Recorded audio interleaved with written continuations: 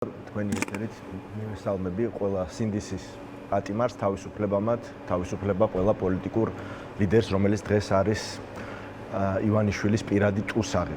რაც შეეხება სანქციების პოლიტიკას, ეს არის ერთ-ერთი მნიშვნელოვანი ბერკეტი ქართული ოცნების წინააღმდეგ და ის შემადგენელი ნაწილია არაღიარების დელეგიტიმაციის პოლიტიკისა ამდენი თვის განმავლობაში ნაბიჯ, რომ ქართულ საზოგადოებასთან ერთად ჩვენს პოლიტიკურმა სპექტრმა ვაშენეთ, ვიმუშავეთ რა ჩვენს ამერიკელ და ევროპელ პარტნიორებთან, იმიტომ რომ ქართული ოცნება არის არალეგიტიმური რეჟიმი, ის არალეგიტიმურობასთან ერთად დგამს უკიდურეს ნაბიჯებს, ავტორიტარიზმის სხვა ფაზაში გადაიყვანა ქვეყანა, არღვევს ტოტალურად ადამიანის უფლებებს წარმოუდგენელი მასშტაბით, არავის არ აძლევს პასუხისგებაში, მთლიანად აქვს მონოპოლიზებული სახელმწიფო აპარატი, სასამართლოდან დაწყებული და ანტიკორუფციული ბიუროთი გაგრძელებული ცესკოთი თუ სხვა ინსტიტუტებით დასრულებული, შესაბამისად ყველა ასრულებს ამ დანაშაულებრივ ბრძანებებს. შესაბამისად, ვინაიდან ეს არის ქართული ოცნების პოლიტიკის შემადგენელი ნაწილი,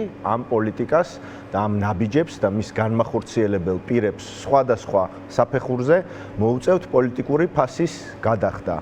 დიახ, ეს იქნება სახელობითი, დიახ, ეს იქნება საჯარო, ცნობილი და ბუნებრივია ფინანსური იქნება თუ სხვა სახის სანქციები, ამ ყოველივეს ძალიან მწარედ იწვნევენ ეს ადამიანები. მათ უნდა ნახონ დამსახურებული, რაც იმაზე იქიდან გამომდინარე, რასაც თავად აკეთებენ, თუმცა მე მაინტერესებს რა იქნება ამას, რა გავლენა იქნება ამას ქართული ოცნების პოლიტიკაზე, იმიტომ რომ ბოლოს რასაც ჩვენ ვაკვირდებით, ყველა დასანქცირებული პირი, ყოველ შემთხვევაში ვინც ვიცოდით, რომ არის დასანქცირებული, თანამდებობაზე აღარ არიან და მე მგონი გამოთვლილიც იყო დაახლოებით 70%, ახლა იმავე საქმეს აღარ აკეთებს, რასაც აკეთებდა მანამდე დასანქცირებამდე. და ქართული ოცნება ცდილობს მხოლოდ ასე უპასუხოს ყოველ შემთხვევაში ამ გადაწყვეტილებას, რასაც იღებენ დასავლეთში.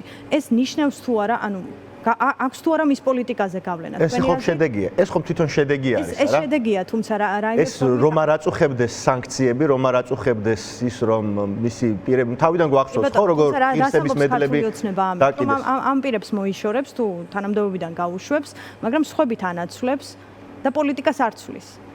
ეს ფაქტი უკვე იმას ნიშნავს, რომ მას აწუხებს სანქციები, ეს შეეხო ძალიან მნიშვნელოვან ფიგურებს, მაგრამ თავარი არის, რომ ეს შეხებული აქვს უკვე ივანიშვილს, რომელიც არის სანქცირებული ამერიკის შეერთებული შტატების მიერ და მთავარი დამნაშავე ამ ქვეყნის ისტორიაში ამ ეტაპზე ჩვენი სახელმწიფოს ცხოვრების, ხო, არის ბიძინა ივანიშვილი. ყველაფერი მის გარშემო ტრიალებს და ბუნებრივია ის ყველაზე მეტად რისიც შეიძლება ეშინოდეს, ხო, წნეხის გამოვლენის რომელი ფორმისაც, ეს არის სწორედ ის სანქციები, რომელიც მას ემუქრება უფრო მეტი სიმწვავით, ვიდრე აქვს დღეს თუნდაც.